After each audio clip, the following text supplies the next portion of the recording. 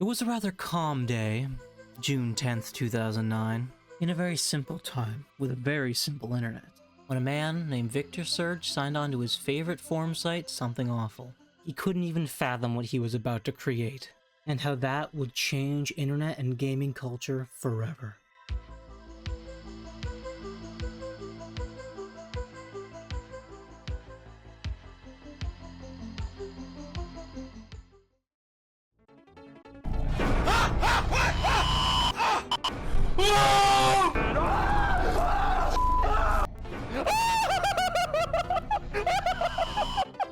But I wanted to know exactly what this Slender Man was.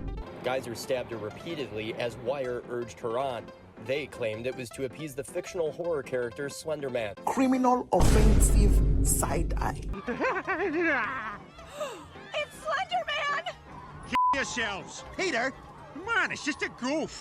If you grew up in the 2000s or the 2010s, you know who Slenderman is. Your frickin' grandpa probably knows who Slenderman is. Frickin' everybody knows who Slenderman is. He's basically the first iconic internet character. Whether it's his game, whether it's his really shitty movie, whether it's creepypastas, he's literally a worldwide phenomenon.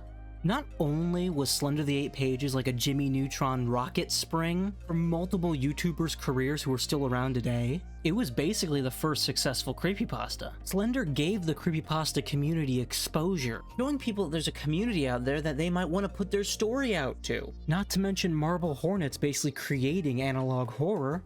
There's almost nothing of the current internet culture that Slender hasn't influenced in some way. People talk about, oh, World War I, World War II, oh god, history-defining moments. Slenderman creation is like the canon event of 2009. Just the name Slenderman could turn anything into gold. And because of that, it was great for content creators at the time. I'm not saying Markiplier, PewDiePie, or Jacksepticeye owe their career to Slender or anything, but it did help.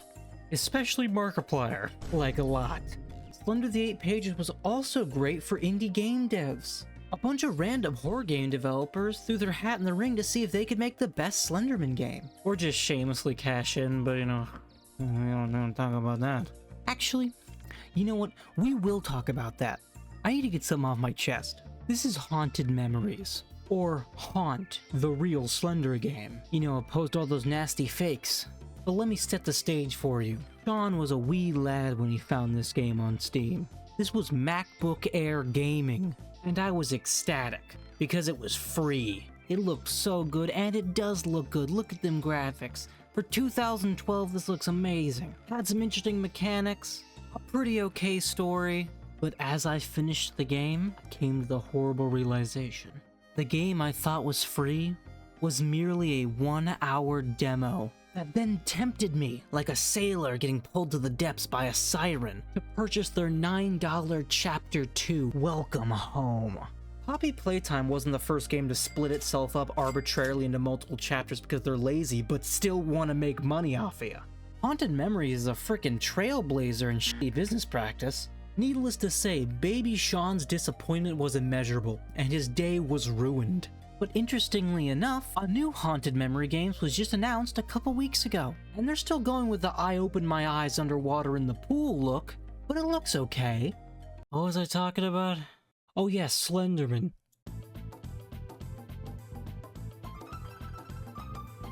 I don't know if you were around in the early days of creepypastas. Most of it was shit. Not to say that things are necessarily better now, but you know, we got a lot of options now. But a very interesting thing though, the horrible things and the great things about creepypastas have been present since the beginning. But Slender set a new standard. Creepypastas were more focused on image now. If you try to remember a creepypasta, you'll probably remember the image more than the story. Because if you have an instantly recognizable image associated with your story, it'll raise its memorability like 1000%. Let's take a more recent successful scary story as an example. Do you know the Backroom story? Like the little blurb written out on the 4chan post? No, you don't. But you remember that image. That's ingrained in your brain. When you're dying, you're gonna see that instead of like memories with your family. It's also a good example because the Backrooms is getting a frickin' movie. It seems when you make an iconic enough creepypasta, people make a bunch of games about you, you get mega popular, your visage starts getting sold in Hot Topic, and they make a shitty movie about you.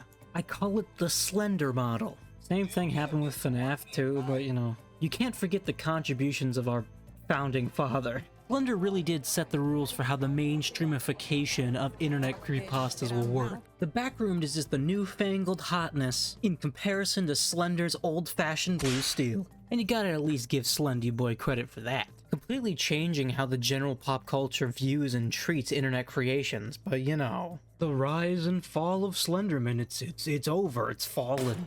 But that just ain't the case. A remake of Slender the Arrival was just announced, and people are ecstatic about it. A character as iconic as Slenderman can't really fall.